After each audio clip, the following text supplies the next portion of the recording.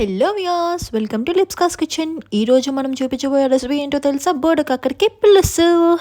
దానికోసం ఒక కుండని పొయ్యి మీద పెట్టేసుకుందాం. దాంట్లో కొంచెం ఆయిల్ వేసి కొంచెం జీలకర్ర, ఆవాలు దాంట్లో అలా వేసేద్దాం. వేసిన తర్వాత అది కొంచెం వేగాలండి. వేగిన తర్వాత నేను ముందుగానే కట్ చేసి పెట్టుకున్న ఒక ఆనియన్ దాకా finely chopped onions, 2 chillies and కొంచెం కర్రీ లీవ్స్ తీసుకున్నాను. అవన్నీ బాగా దూరగా వేయించేసుకుంటున్నా. చూడండి ఎలా వేగినాయో. ఇలా వేగిన తర్వాత నేను 1 టేబుల్ స్పూన్ దాకా జింజర్ గార్లిక్ పేస్ట్ తీసుకుంటున్నాను. నేను ఎప్పుడు ఇంట్లో తయారు చేసిన జింజర్ గార్లిక్ పేస్ట్ వాడతానండి. అదే చాలా మంచి సువాసన ఇస్తుంది, మంచి టేస్ట్ ఇస్తుంది కూడా.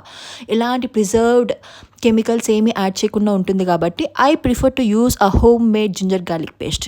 తర్వాత నేను ఈ బోడకాకరకాయలు ఉన్నాయి చూడండి, అది చాలా హెల్త్కి మంచిది. దాన్ని నేను మిడిల్లో ఉన్న సీడ్స్ అన్నీ తీసేసాను చేదిపోవడానికి. సీడ్స్ అన్నీ తీసేసి పెద్ద పెద్దగా కట్ చేసి పెట్టుకున్నవన్నీ యాడ్ చేసుకుని ఒక 1/2 టేబుల్ స్పూన్ దాకా టర్మరిక్ పౌడర్ అనేది యాడ్ చేసుకున్నా.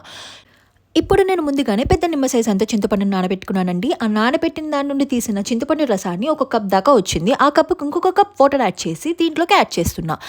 ఇప్పుడు ఎందుకు నేను ముందుగానే యాడ్ చేస్తున్నాను అంటే, ఈ కాకరకాయలు చేదుగా ఉంటే అండ్ ఈ చింతపండు రసంలో కనుక ఈ కాకరకాయలు ఉడుకుతూ ఉంటే కనుక వస్తుంది టేస్ట్. మీరు ఖచ్చితంగా ఇది ట్రై చేసి చూడండి మీ ఇంట్లోని.